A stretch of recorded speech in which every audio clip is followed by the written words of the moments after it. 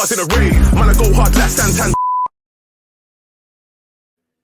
Hello, everybody, and welcome to this week's episode of Kop End Fracas, powered by Touchline Media Group. I am your host, Chris. It is the two-man power trip this week. I am joined by Mr. Julian, where we're going to be running through the week in review for all things LFC. Julian, how are you doing today?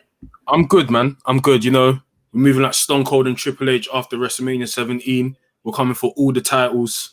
You know, Chris is the current WWE champion. You know, I'm just Triple H. I'm trying to play the game, get my Intercontinental, and move forward with the tag team soon. Two-man power trip. Let's do this, bruv. We've got to do it, man. It's how we roll. Very underrated tag team as well, because they were, if it wasn't for Triple H's injury, they were going to dominate for a long period of time. So, and Stone Cold was getting a bit pissed off with his storylines as well. So, you know what? They could have done. You know, this is not the right podcast for this. So. If you are interested in learning a little bit more about that, it's definitely worth a Google. If you do like what you're hearing from us here at Kop End, please do head over to the Patreon page and subscribe today. Just from as little as £3 a month, you get access to a whole lot of Kop End goodies, Kop End shows, Kop End writing, Kop End video. It's all on there. A lot of stuff from myself, a lot of stuff from Julian, a lot of stuff from all the various casts and characters of members that we have on Kop End is all available on the Patreon page. So do head over to www.patreon.com/Kop End Fracas and sign up today. If you're watching on the YouTube, I am calling it the YouTube because I am now 30, so I have to behave like an old man. Then please do hit the subscribe button, hit the alert button to be alerted for when all new content becomes available, not just Kop End, but all new content from around the Touchline Media Group becomes available. Obviously, courtside will be heating up with a lot of the free agency in basketball and the draft this week. Ringside will be heating up with a lot of the fight schedule for over the summer. And of course, football will be back in less than a month's time. So now is the perfect time to get in and watch all the club pods to get in on all the ensuing madness as it starts in a few weeks. So let's start off, Julian. It's been a weird old week, in all honesty, because literally nothing has happened. Is that really a weird week in the summer of Liverpool? Let's be honest, Chris. We're friends here. You know, we're gentlemen. Let's talk like gentlemen. Is this really quiet? Is this really a quiet week in the summer of Liverpool, or is it just a normal week that we have in the summer until fireworks go off? This feels like the normal week until the last week of the window, where somehow for some reason we bring in two players that we all knew were signing all along. But we're going to talk about that a little bit more later on, because I know you've got a lot of good thoughts and opinions on that one. I don't know. It always feels years gone by in Liverpool summers that always something was happening. There was always some elongated transfer thing going on. Either someone wanted to leave, something was happening within the squad, but everything's just fairly either boring or sorted. You know what? And I feel like, you know what, even myself with the whole the NWO stuff, which we'll get into, and my apprehension of FSG and you know their inactivity in the transfer window. I must admit though, let's be honest, we're in the best place that we've ever been going into a preseason, as you know, with a squad like I feel like we have a squad that is without a shadow of a doubt going to compete for the league next year. There's a sense of calm if you've noticed, like even the way that we're training. Even after we won the league, I felt like obviously with COVID and the whole pandemic and how things were going to turn out, we didn't really. There was a sense of uneasiness in the club. But as crazy and as we're going on, you know, as fans to push the club to get a transfer done, I've got to be honest. Like everyone looks steady, everyone looks calm, everyone looks fit and ready. The squad looks happy. We look like we're, you know, everyone's. It feels like everyone's actually kind of. They're a bit closer from what I can see. Like you see how, you know, Van Dijk is going up to Robbo, hugging him because he probably hasn't trained with him properly in a while. You see how Van Dijk is trying to get, and that all the defenders are giving Konate a bad time already through preseason. You see like how like everyone, like Fabinho just making jokes about the Scouse accent and, you know, other players. Like I don't know, it feels calm. Like I've got to admit, like as negative as has been, and you're probably surprised by this, it feels very, very calm right now. And that's the best place we should be at right now. This is the weird thing, though, because you say negativity. I say it's caution. I think it's caution to the wind more than anything, because I don't actually see you as a negative person in the group, because there are because there are negative people in that group, but I don't see you as a negative person. I see you as not a realist, but someone who is cautious of all the situations that are going on around him, which I think you have to be in this day and age. But no, I think you're completely spot on. The Fabinho thing was pretty funny. He went, "Do you want some chicken, lad?" Which was I really like, for the first time in a while, and you can probably attest this as well. Like, it feels like we kind of like know and love the squad a bit more. Like, you know, we like in previous Liverpool squads, we've never really had that kind of between the players and us. Even though Liverpool's a very sociable city and we're a family club, we never really got to know some of the players, because there was always that feeling of our star players always being unsettled, or they could be leaving this summer. You know, obviously social media was a factor before, but this time around it feels like, you know, we've got a genuine grip on all of our players. They all want to be here. They all want to try their hardest, even though there's some players that don't want to leave. They all want to try their hardest. They're all committed to the cause. So yeah, man, it's not. If as much as a transfer inactivity away, it feels calm. It feels calm. I like it. Yeah, it is. It is a good group of lads that are all kind of like intertwined in this journey with each other, and they all want to work towards that common goal, which is, you know, being back on the top of the summit, either winning the league or getting back and winning the Champions League, as they've done previously before. Good one segue there. We can go into onto social media. I thought it was really interesting. Gini Wijnaldum at the weekend, where he was stating, I think people took this the wrong way, as people on the internet tend to take things, as they don't read full stories and they only do clips. I mean, I come on, let's be real. Like, people are not trying to sign up to the Athletic to get the full story. They see the headline. Yeah. Liverpool fans were abusing me, and they just go with it. Like, come on, man, let's be honest. Oh, you want abuse? I'll fucking give you some abuse. But yeah, obviously some comments from Gini Wijnaldum as he, you know, was unveiled officially as a Paris Saint-Germain player this week, coming back off his preseason holiday. He talks about the tone changing when he was at Liverpool. I'm going to read the quotes that are coming from the article on The Guardian. If I can get to the right point. There was a moment when I didn't feel loved and appreciated, he says. Not my teammates, not the people at Melwood. From them, I know, I can say they all love me and I love them. What you love to hear. It was not from that side, more the other side. As we know, Gini definitely wanted to stay a Liverpool player, and he was doing everything in his power to remain a Liverpool player. And we know the full reasoning of him not being at the club anymore, due to the fact that it is, you know, club policy to kind of not give big extensions to players who are going over 30. This one seems like he probably could have made an exception with him being a fairly key player. We'll definitely get into that, because we've got time. It's just me and you, so we'll get into that. Yeah, for sure, man. I have to say, also, there was social media. Wijnaldum says, when it went bad, I was the player who they blamed, that I wanted to leave. Every day in training and in the games, I gave everything I had to give. I had to bring it to a good end, because during the years, Liverpool meant so much to me, and because of the way the fans in the stadium would treated me. My feeling was that Liverpool fans in the stadium and the fans on social media were two different kinds. The fans in the stadium always supported me, even when they came back after the lockdown and COVID. Already knowing that I was going to leave, they supported me. In the end, they gave me a great farewell. On social media, if we lost, I was the one who got the blame. There was a moment where I was like, wow, if they only knew what I was doing to stay fit and play every game. Other players might have said, okay, I'm not fit. You get players in there last year who are like, I'm not playing because it's a risk. I did the opposite. I didn't always play good, but after the game, I could look in the mirror and say, I gave it all. I trained hard to get better. Even with the physios, I took the most possible treatment I could get. I cannot remember when I had a day off, because I played so many games and basically it was too much for the body, but I did everything to stay fit. So it just brings up that conversation. And I think it's a very fair conversation, and one that does need to be had, about the way fans conduct themselves on social media.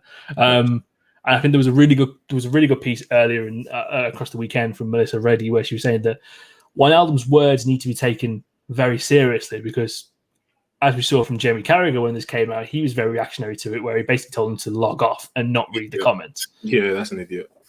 Which, yeah.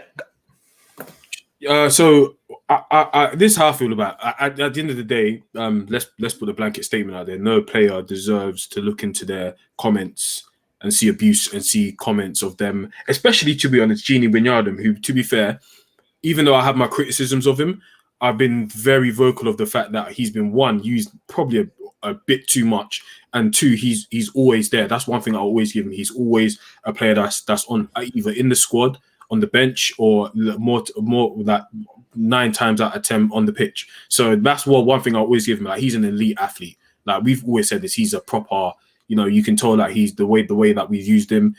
His attributes, his physicality. He's someone that really looks after his body, and as an athlete, I really, really appreciate that. I really, really appreciate that. So again, I do feel like Liverpool fans, especially, you shouldn't. Like, we can be a very nasty batch. Let's be honest, Chris. We spoke about this in private. Oh, bro, yeah. It's one of those things where there's nasty bastards in every single fan base. Let's not get twisted. But I think some of the people who are within the Liverpool fan base do have a bit of a extreme approach to how they do things. It feels very like there's criticizing, and then there's a way of it feeling very malicious and very personal, which I feel like Liverpool fans are very guilty of in a lot of cases. But to counteract that, and to be fair, I don't think he's actually referring to this. I do feel like fans deserve a right to voice their opinions. Like, if I'm, for example, tweeting that Gini had a shit game today, you should like in reality, I shouldn't really be using not vile words, but harsh words, like to the point of where it's swearing to describe someone who's putting 90 minutes on the pitch. But sometimes frustrations do get the best of you. We tweet at 200 miles an hour. We tweet with our emotions. So yeah, sometimes you might not get the best criticisms on any page, to be honest. But yeah, man, like that whole you going into a literal player's comments and dropping hate, sometimes even racist remarks we've seen over in regards to the Euros, is that you're just a piece of shit, to be honest. Like, let's just put it let's just put it like, you can have your opinions in the group chat, because God knows we do. Like, there's some players in the group chat that you even yourself, as a very rational, fair guy, will get onto, but in private, not in a very malicious way. They just be like, yeah, they played shit, they were horrible today. But yeah, man, no player or no human being even should be subjected to having to be told, and this is where we'll get onto Jamie Carragher, yeah, just turn off your phone. It's all right. Like, these players are human too. Like, allow it, bro. Like, could you imagine what you would have seen if you was playing while when in your heyday? So let's set the scene here, because there's 2 specific instances I can think where he'd be getting absolutely flogged. North London, 2000.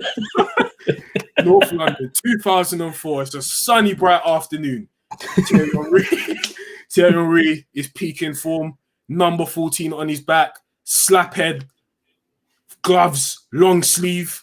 Jamie Carragher's in the Highbury corridors, just looking at this 6'2" goddess, god of a man, and he knows he's about to have a long day. Could you imagine what his Instagram and Twitter would look like after seeing that? Imagine the compilations of him getting absolutely done, and he got shredded by one guy. That's not even to mention the Drogbas, the Cristiano Ronaldos, like Tunanis. I've seen him get twisted up before, and he's a top LFC legend. So for you, maybe because ignorance is bliss, and to be honest, I'm a man that I'm all for people making mistakes and just learning from. Hopefully, he can learn from such a stupid comment, and he has some reflection and possibly like apologize to Wijnaldum for what he says. Because trust me, Jamie, if you in your heyday had Instagram and Twitter, I promise you, you wouldn't have made it past Istanbul. You wouldn't have made it to Istanbul. I gotta be honest. Look how we're ripping guys like Nico Williams. Let's be honest. Like, to be honest, I was too young to watch Jamie Carragher when he was like coming up, and you probably have more knowledge than me. But let's be honest, he wasn't a highly touted defender, And maybe Diouf had some points when he said, "Yo, if he wasn't from Liverpool, God knows where you'll be.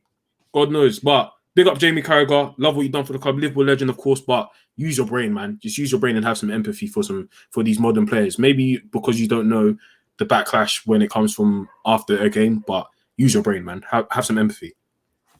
I do have to kind of give a bit of shout out to Carragher because I received a signed shirt from him for my 18th birthday. So there's that.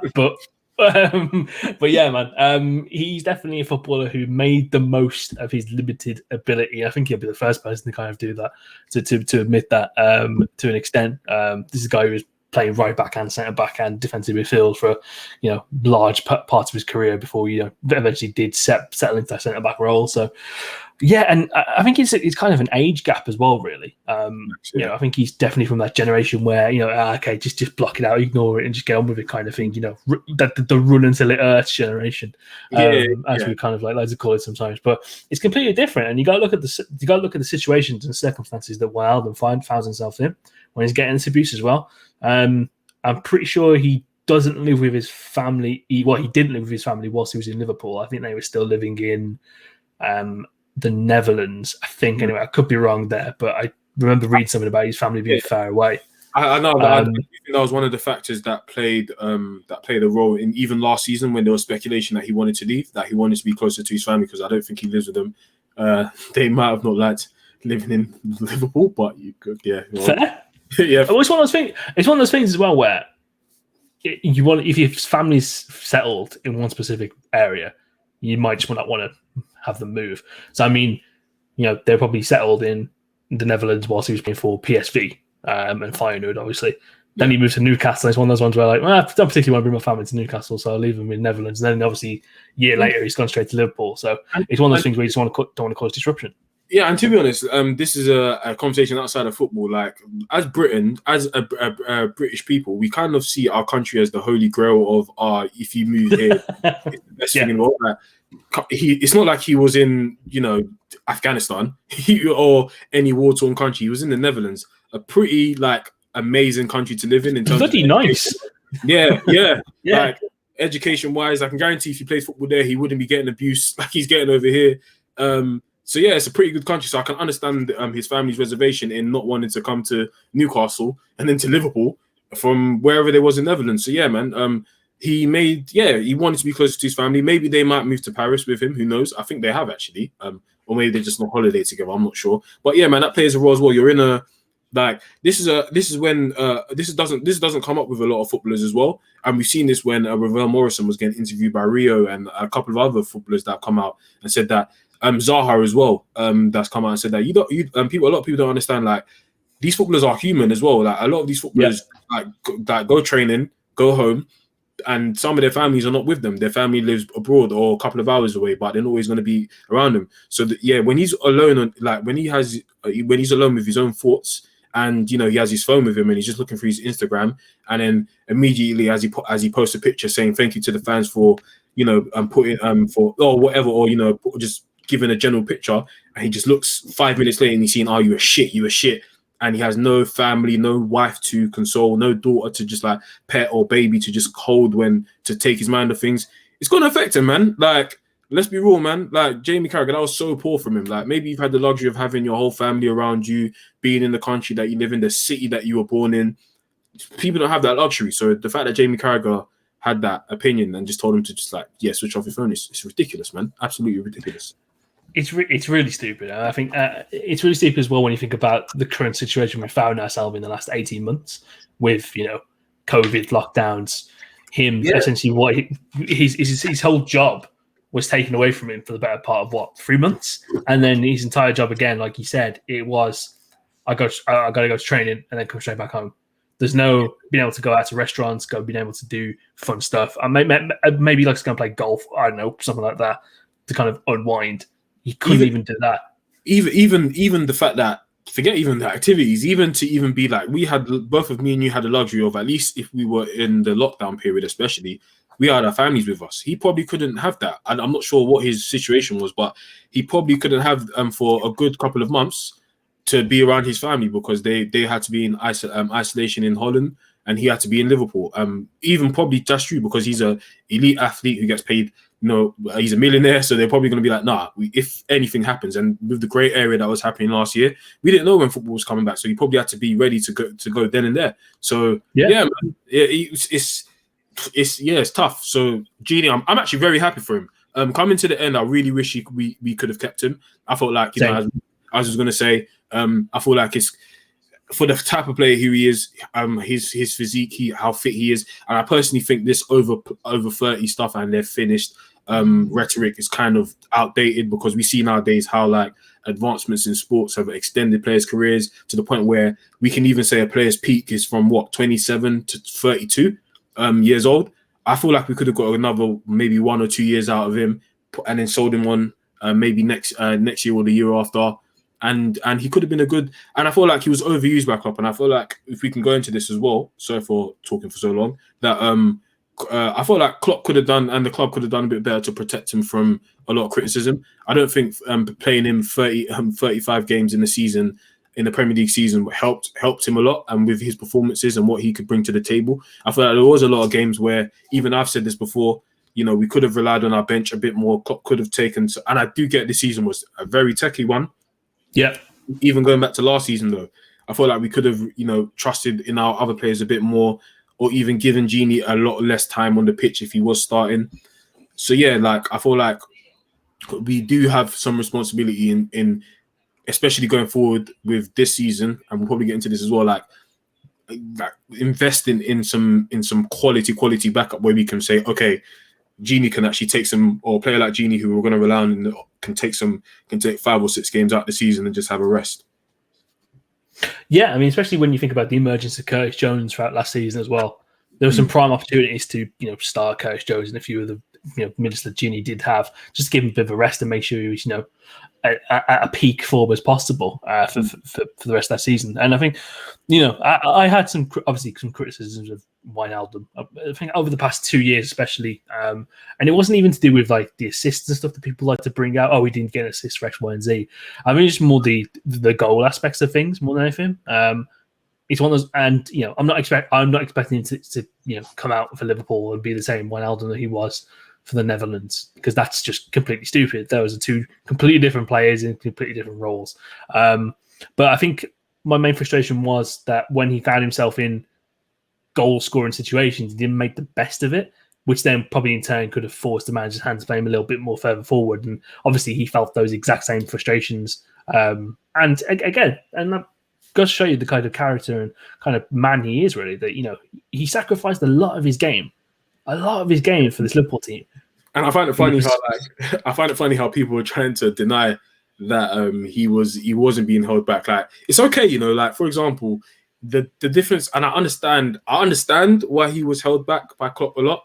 I'm not mad at it. Like, come on, you got a Premier League and the Champions League. Like, when you got bought by Newcastle, if we told you that in 5 years you're gonna have a Premier League and a Champions League medal to your name, all you got to do is not score a bit, not score and assist a bit, and just run your fullbacks. Take that every day of the week. Exactly. So I'm not too mad. I felt like I do feel like Ellis has also alluded to this as well. There's been there's been opportunities where I felt like, there's been once or twice in the game where he should have like tucked and like, you feel like, oh, you should have hit the shot with more conviction. But even then, I've always said those games are few and far between. Like, he might get the chance to get a shot, to get 1 shot or 2 shots in, and even then he's kind of hesitating, thinking, should I pass it to Mane? Should I pass it to Firmino? Should I pass it to Salah? As these guys are the front 3, and then that chance won't happen for maybe 5 or 6 games again. So that's muscle memory there. You can't just turn it off and turn it on. But then with Netherlands, you even saw with in the Euros, he was relied upon a lot less to have the ball. And when he did have the ball, it was, get us a goal or assist or very action moments. And with Liverpool, he's not going to get that. So I wasn't too mad that he was neutered in this Liverpool formation, but I do feel like Klopp could have, and this is just me nitpicking, Klopp could have maybe got that side out of his game to help with goals. But, hey, man, a Premier League and a Champions League and 2 Champions League finals, you can't be mad at that. Can't be mad at that at all. Yeah, and when he did have the opportunity to shoot a goal, he scored some absolute top bins finishes, like the one he did against Wolves this season, which was an absolute screamer. I do think he was funny. Before we kind of like wrap up on this topic, I do think it was funny that he was being quite cryptic into saying there are reasons why I left Liverpool. Those reasons will become apparent later on. And then you had a lot of the people on Twitter saying, "Oh, this is it. This is the one. He's going to expose FSG. We're going to be, we're going to get everything, all the dirty laundry coming out." And then he basically said, and actually, no, it was you bastards that a bit of a cause for it. You thought it's FSG now, it was you pricks. Like, you pricks were the reason. But let's not lie, if FSG, again, offered him a nice 150 a week, who knows? So that's why also I'm taking that, it was the fan stuff with a pinch, with like, yeah, of course, it's not wrong. He's not wrong at all. Like, let's do it. But I mean, he would have firmed it for an extra 50 grand a week. So, oh god, yeah, and who wouldn't? So, yeah, man. No, I completely agree. I mean, and again, I'm not going to hold anything, but I'm going to bring up one more thing. It's quite funny. No, go on. I was going to say, I also love in that interview, because I did see this part as well, how he said, Klopp just told me to do the same thing. Against Barcelona at home. Yeah, when Klopp told me to come on, he just told me to do the same thing. I said, fuck that. And I done whatever the fuck I wanted to do. I love that. I think that's sick. And Klopp probably thanks him for that. So yeah, hold tight, Genie. And again, thank you for being a very good servant at the club. You served us well for a good 5 years. So yeah, man, sick guy. 1,000%, man. He achieved everything he wanted to achieve. Fantastic servant on and off the pitch for the club. And he's one of the players where he leaves. And for me, I think for a lot of people, there probably is a little bit of ill will, seeing how they were calling him a money grabber at the weekend and stuff, which I thought was a little bit out of line. If you were offered the chance. Do you think that's the case with most Liverpool fans? I feel like I maybe might be deluded. I saw some stuff over the weekend that were calling him a money grabber, and then I was kind of thinking, if you were offered the chance to get an extra 50 grand a week for doing the exact same job, you'd do it. And I can guarantee you it ain't even 50. It's probably next time. An extra 2 grand a week. two grand a year, sorry. Yeah. Madness. Again, yeah, he did show the hypocritical nature of football fans, and again Liverpool fans in particular. And some of you possibly do listen to this podcast, and some of you probably need to have a good long look at yourself in the mirror and realize that you may be a bit of a prick. Yeah, man. And this is not us saying, listen, we use your platform to criticize and call guys shit, because God knows if you follow me on Twitter, I lay it off. So I'm not saying that. Like, come on, man. We all have emotions and we're all entitled to our own opinions on the game. Yeah. But don't go like into people's mentions and start atting them and start saying vile things, calling them money. And also, he's gone. Like, yeah, and if he's like stuff like money grabber, like, come on, man, this is a guy that worked for us for 5. Like, let's be real, like, he was an employee of the club for 5 years, served us well, literally brought us the greatest period that we've seen in the Premier League era that we've been waiting for 30 years. Like, come on, have some class. Like, I get it. You're annoyed that he left for more money. God knows why you even care, like a weirdo anyway. But have some class. Have some class. Completely agree. Before we do continue, a quick message from our sponsors at Blue Wire. Okay, cool. Thanks for Blue Wire there for sponsoring. If you're watching on the video, that was a weird cut there. But yeah, we're going to move on to the next part. We're going to talk about preseason. Like we alluded to a little bit earlier on, Julian. Preseason seems to be going quite well for Liverpool. It's nice to have most of the players fit and available. And by fit and available, I mean players who are out for long-term injuries. It's very nice seeing Virgil on the pitch. I saw a good picture of him jostling with the one and only Mo Salah earlier on today. And we also heard that Virgil's going to be playing a small part in the friendly against Hertha Berlin this Thursday. The return of Virgil, how big and how crucial is this that he is looking to be possibly not starting at the beginning of the season, but he's going to be in the picture and in the frame to be contributing to this Liverpool team from the first go this season? Big, man, big. Not only is Virgil the best defender in the world, he's the best centre-back I've personally ever seen play football. He's, of course, a leader, a personality on the pitch that we've been, of course, missing, the quality we've been missing as well. But after this injury, he looks, from what I can say, because, we've seen 105 videos of him running and defending and pictures of him because, the Liverpool admin, loves to tease us. He looks good, man, and I'm so happy that he's back. We need him. Like, he is the big cog in our machine. Possibly, I would say a big part. Not even possibly. He is 100% a big part of why we've been so successful. So to see him get some time on the pitch will be nice. I'm not like this is preseason as well, so I'm not expecting too much. I'm not expecting him to give us fucking Chiellini in the Euro 2020 final appearance. Yeah, it's like I don't want you putting your body on the line for pre-season against Hertha Berlin. So, I don't do normal. You know what I mean? Yeah, I don't want to see him dragging Newts back. I don't want to see stuff like that. I just want to see, man. Like, it'll just be nice to see, just Virgil just strolling across the pitch as he usually does. Cool as you like, spreading the ball paws across the pitch. Yeah, even a 2-man pod, we have to find the need. You have to, man. I'm talking about spreading balls here, and you're telling me I can't. Yeah, true. Yeah, you got to pause. So yeah, man, it's going to be nice. It's also going to be nice, of course, me being the number one fan of Joe Gomez, to see Joe Gomez back in due time. But Virgil is definitely the guy that we need. Matip and Konate look to be starting the first game of the season, which actually for some reason feels a bit weird.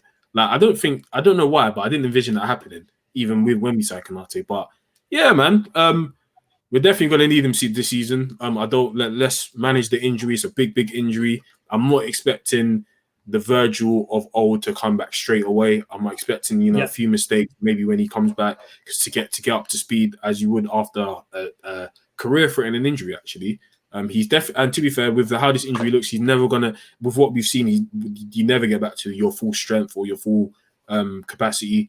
So let's just but I still think we'll get a 90% of what we had before, and that is still streets ahead of probably every defender in the world. So let's see that, man. I'm happy to see him back, of course.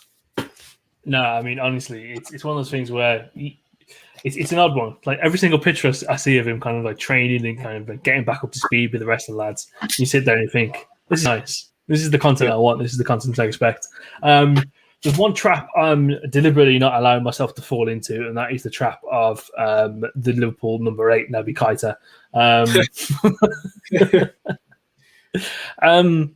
He looked all right against Mainz. And again, I'll caveat that with his preseason. You know what? He'll look all right. Because you know why he looks all right? Because he played 30 minutes. That's why. Yep. He played 30 minutes. That's why he looked good. 30 minutes in a cool game where there's probably no intensity whatsoever. I'm not falling into the trap. I mean, at this point, we're probably just going to run down his contract and just let him go on a free because, yeah, whatever, Kate, whatever, Naby, just show me what you've got in it. Give me 5 games in a row. 5 games in a row, and then we'll talk. But I'm not getting into it, man. Let's not fall into the trap. Me and you are smart men, Krish. This is true. This is why I'm deliberately not allowing myself to do it. I mean, he looked quite techie the other day. Taking on a few dribbles, beating a few men. I was like, okay, I'm not putting any form of stock into this whatsoever, but it's nice to see. Put that stock on your watch list. That's what you do. You got your Neos, you got your Teslas, you got all of that you're invested in, the Prime Van Dijk, Salahs, that on your watch list, because, yeah, those stocks are very volatile. Very volatile. Yeah, man. I'm not even buying the dip on this one. I'm just gonna wait to see if there's any form of green shoots to come out of it. I'll even be quite high. I'll buy it higher later on in the year. I might even bet against it. I can't lie. I might buy short. Can't lie to you. That is how obviously. Oscar award-winning film on the subject. A few good men. Won big money by betting short, so it wouldn't be the worst thing in the world. Anyone else you've been impressed with in preseason so far? I mean, one of the lads I have been quietly impressed with, and I don't think he even played at all in the league last season. Is Shimikas? Yeah. I was going to be on the pod last week, and I was going to actually mention that from what I saw, but he looked really good.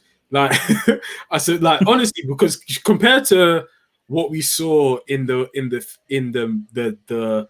slight cameos that we got from him last season, he looked dosh. I can't lie to you. You was ready to be like, yeah, I can't lie, we can sell him now. Like, we're not going to lose that. But I like what I see. I will not lie to you. Maybe he'll prove me wrong and be the backup left back that we've been hoping for. But yeah, he looked really good. He looked up to pace. He looked like he was. You know what he looked like? He looked like a Robbo light. Like He looked like he was always prepared to bomb forward from the left, put crosses in, even though the crosses were, sometimes are good, sometimes shit. The crosses were, but you know what? You know that Eddie Murphy gif when he's scratching, he says like, yeah, I can work with this. Yeah, like that's what I was seeing when I saw Shimika. So honestly, I was very impressed with him. Another player that I was very impressed with as well. And you can, I've got some stocks. I'm buying the stocks low. Harvey Elliott, he looks like a proper player, man. Like I think you guys spoke about it last week, but I'm gonna speak about it again. Harvey Elliott, what has impressed me so much, and even from his time at Liverpool, and I feel like I even saw this before he went to Blackburn, he's a kid that wants it. He has that, and that's what I love about Curtis Jones as well. And that might be the new Liverpool DNA for you to actually come into this team and actually want it for you to succeed.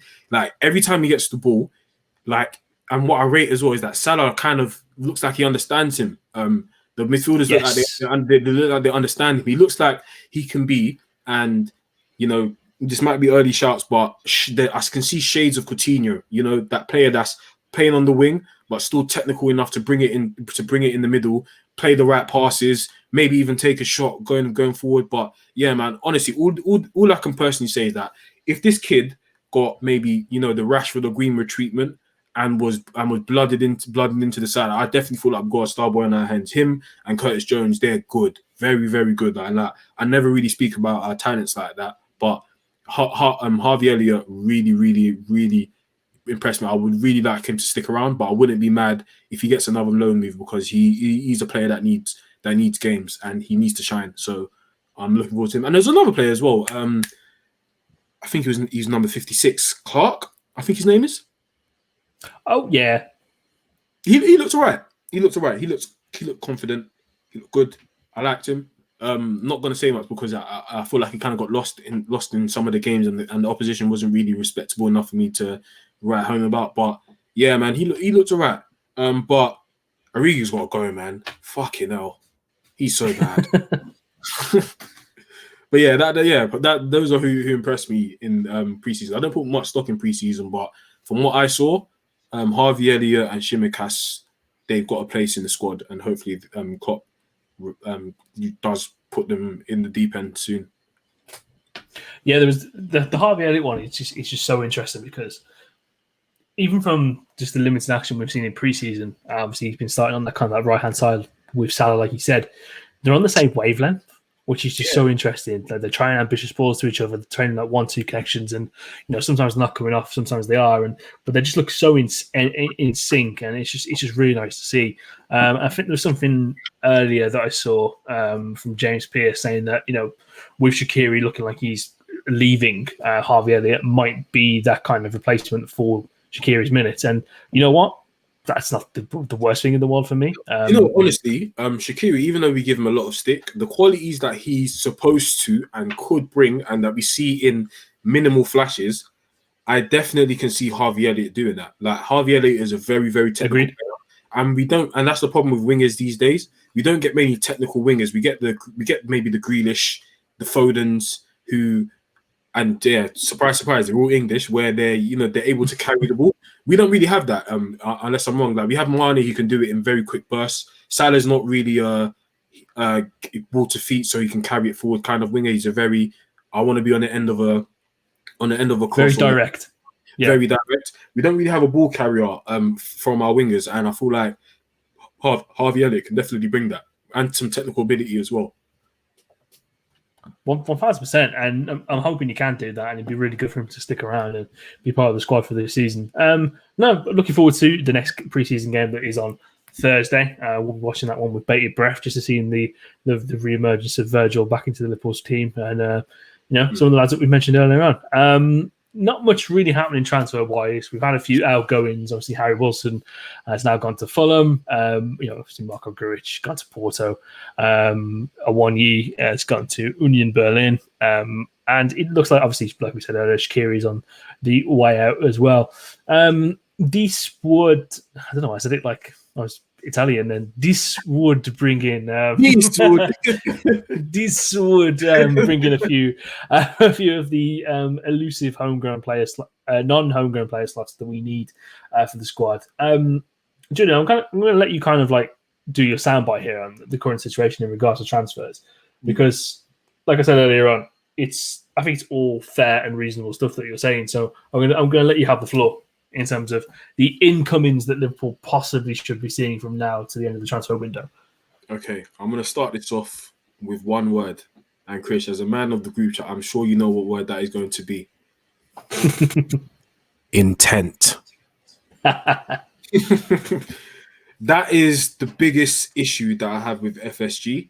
And if we're going to talk like men, like, come on, let's be honest. Like, the fact that we've kind of shown, and to be honest, a lot of people listen to this and say, and a lot of people in the group just say, oh, but we bought Konate at the start of the. Listen, that was a no-brainer, which should have been done even last summer. But it could have been rectified in January for us to give FSG praise for attacking a situation that we needed resolving. I'm not giving them any plaudits for scrambling Kabak on a loan and Ben Davis, who we're probably never going to see in a Liverpool shirt on the last day. To be honest, because it was kind of plugging gaps, which even then moving forward didn't look the best. So yeah, them getting Konate at the start of the transfer window was kind of a no-brainer. So I'm not really gonna applaud the fish for swimming, if I'm honest. Yeah, man. Like the problem, the big problem that I have is that there's just no show of intent. And even with the players that we've mentioned over the last couple of months, the Niehauses, the Vlahovic's, the Gravenberches, which personally, you know me, I know you, Chris. You're a man of your word. You're a respectable gentleman. Not like those other guys in the company, man. You actually watch these guys and you know what they could bring to the team. But I've got to be honest, man, like a lot of people are kind of, and I've mentioned this before, like they're kind of giving FSG a leeway so they can be like, we've done this with Salah and Mane, diamonds in the rough. We're going to get these players. But if we really wanted these players as much as, and I do get that, we work in a very secretive manner in transfer windows. I doubt that getting to the end of July, these transfers have not been wrapped up and they're giving you that much of an issue to get sorted. That's why I personally feel like, even if, and I've also said, if we're going for a big transfer, which involves many fees, many agents involved, the club wants to keep them, the club is being stubborn, I can understand a long transfer saga that will take us up until maybe mid-season. I wasn't really impressed with how we conducted ourselves with Thiago last season with the 30 mil and just getting him in. I think it was maybe 2 weeks into the season, or maybe a week into the season. I'm not 100% sure, but we got him quite late. He's one of the two, yeah. Yeah, it was one of the two. Joe I get. Maybe, Wolves are probably driving a hard bargain because they were trying to keep him. Maybe you would know more about that than me. I get maybe, Premier League premium as well. But these players that we've been touted to get, I highly doubt that they're giving us these much issues, man. And if they are, that just goes to show that we're not great conductors of business. And even if they are, what is the hesitation in bringing them before even preseason begins so they can a lot of these guys probably didn't even go to the Euros. You can blood them into the squad, get them in check, because that's one big thing about Klopp as well. Klopp and his team as well. You're not just going to be able to, unless you're a player of Thiago's quality or Van Dijk's quality or Fabinho's quality, to just come into a team straight away and even Fabinho, he needed a good couple of months before he did, man. Because I remember when he first came, I was scared for my life. I thought we had another Bakayoko on our hands. So you need time with these players. So yeah, man, the fact that we're showing lack of intent is really, really shocking to me. Especially, I feel like we're resting on our laurels. And I saw this year report, to be fair, this week that we're, we've reached our capacity for international players.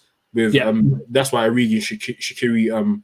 But even then, I feel like, nah, man, I don't feel like I can buy that. I don't feel like I can buy.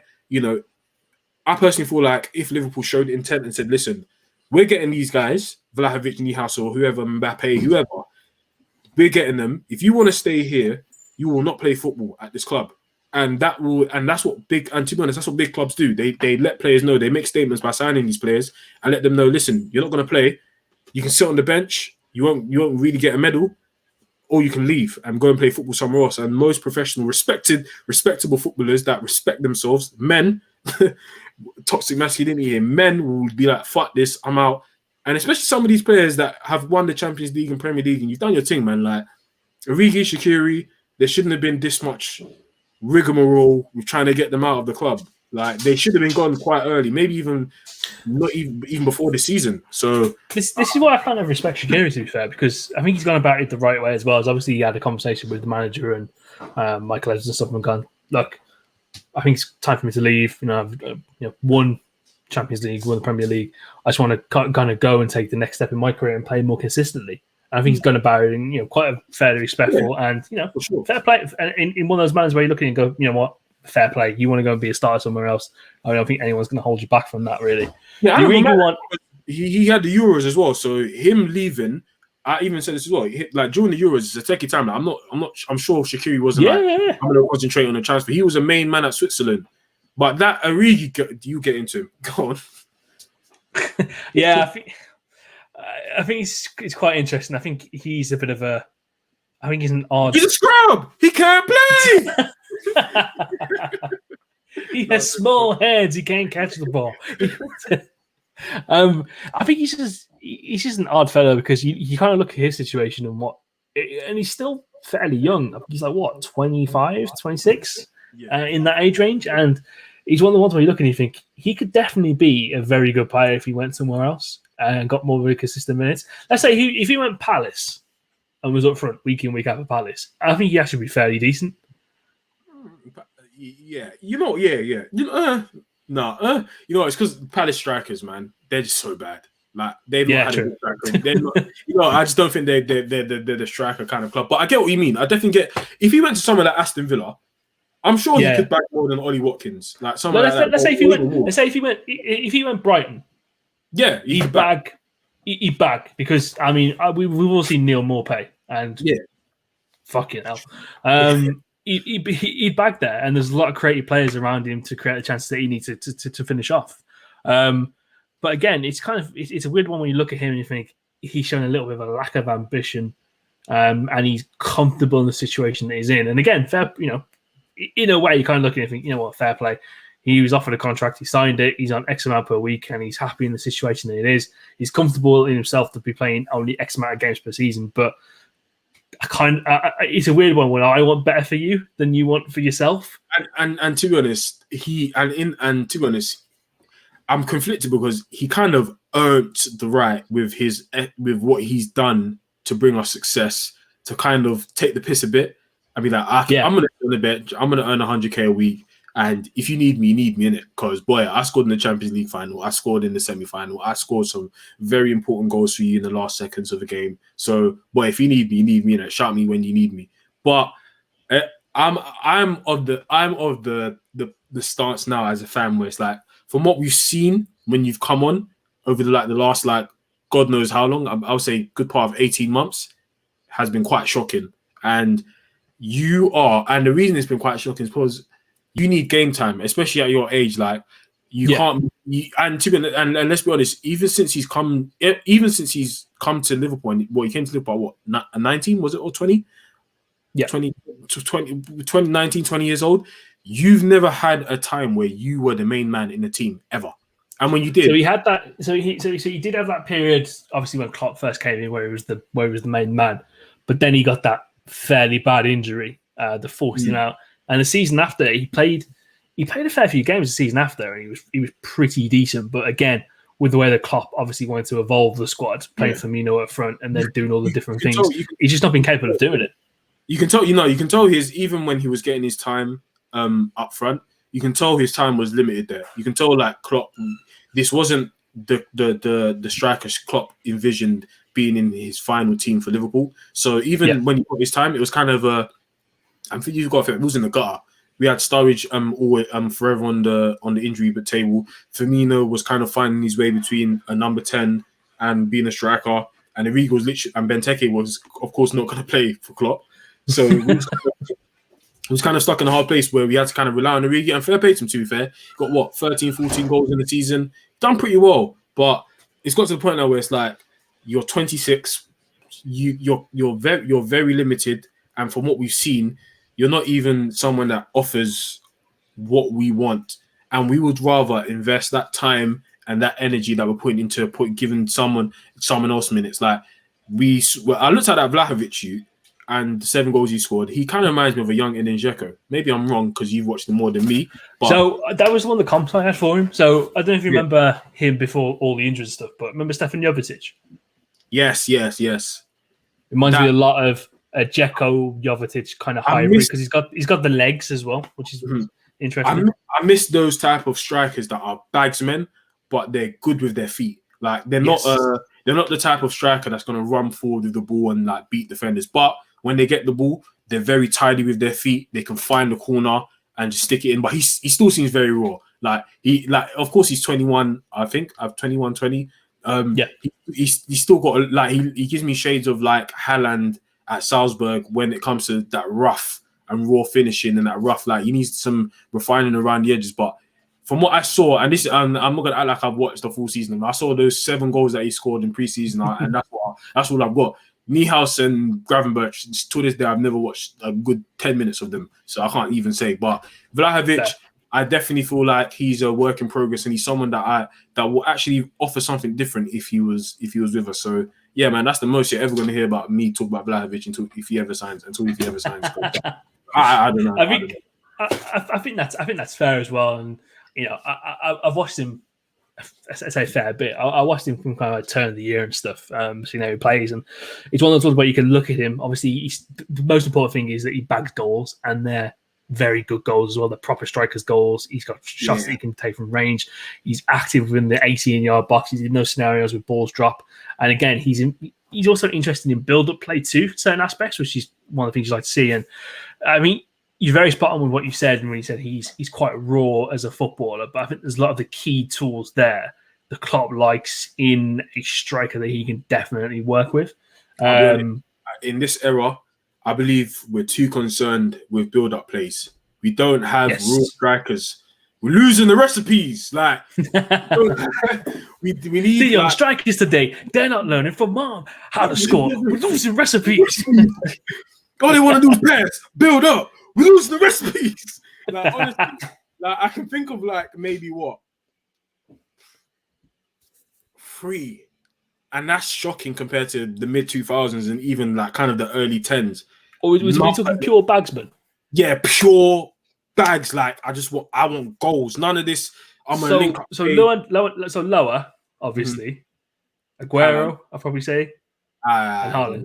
Aguero, he's kind of I get what you mean, but he's not of that level. Yeah.